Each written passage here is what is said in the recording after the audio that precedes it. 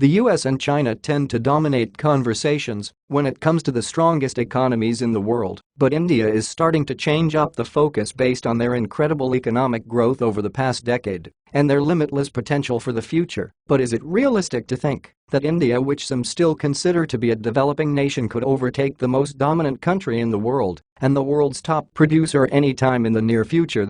Welcome to another video at SuccessHook, the place where we help hook your success. And to get successful, you need to first subscribe to our channel. If you are new to this channel, then well. Also check out our first video on Will Data Be Our Future? Viewers, since 1871 the United States has held the position of the largest economy in the world. In 2018, America crossed a new threshold with a GDP that totaled over $20.5 trillion. China, on the other hand, is a newer player in the field of large economies, having only claimed a second highest spot in 2010. Their economy significantly trails that of the United States with a GDP in 2018 of $13.4 trillion. If you travel further down the list past Japan, Germany, the United Kingdom and France, you'll find India in 7th place with a GDP of $2 trillion.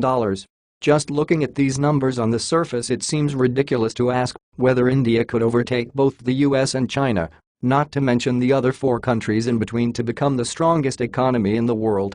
But the real story here is found in the economic growth rates.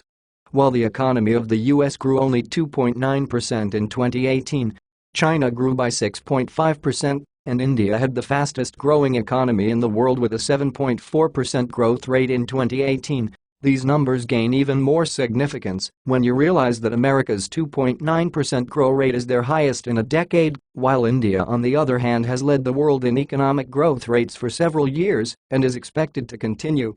But why are we saying India might become the largest economy?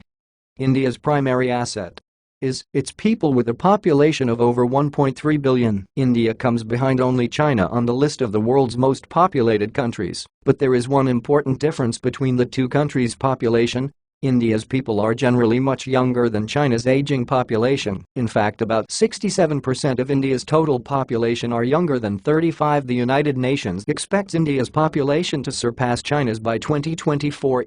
India's current population dynamics contribute to what is referred to as a demographic dividend, which is the economic growth potential coming from shifts in the working age population. The potential of India's workforce is unrivaled throughout the world due to their sheer numbers and current economic landscape. Another indicator that India's economy is strengthening is the decrease in the poverty rates. Poverty is still a widespread problem in India, with 12.4% of the country living below the international poverty level, which means they live on less than $1.90 per day. However, between 2005 and 2016, a total of 271 million Indians moved out of poverty. This means the poverty rate was cut in half in this period. Although India still has a long way to go in addressing poverty, this trajectory is a positive sign for the strength of India's future economy. Another piece of the puzzle for India's potential economic growth is increased urbanization. Today, 50% of India's workforce is employed in the agricultural sector, but low wages and the decline in land fertility have begun to gradually drive people from rural areas to seek better opportunities in the cities. By 2050, it's expected that over 830 million people will live in India's city centers. According to the World Bank, urbanization spurs economic growth by increasing demand for both urban businesses and agricultural products, which helps to reduce poverty overall. However, urbanization could have a negative effect if the proper infrastructure is not put in place and if there's not enough jobs available for the growing workforce, which brings us to the challenges India is facing with their growing economy. Despite some promising statistics and economic trajectories, India will need to overcome a number of challenges before it will be able to surpass both the US and China to become the world's largest economy. The primary challenge is job growth. The flip side to India's massive young workforce is the hurdle of providing enough sufficiently paying jobs to sustain the population. In 2018, unemployment in India reached a 45-year high as a result of the number of jobs not growing at the same rate as their economy. This means that India's newest generation of workers in particular may struggle to find their place to contribute to the ever-growing economy. There is also not enough of an effort to reskill workers whose jobs are becoming obsolete or automated.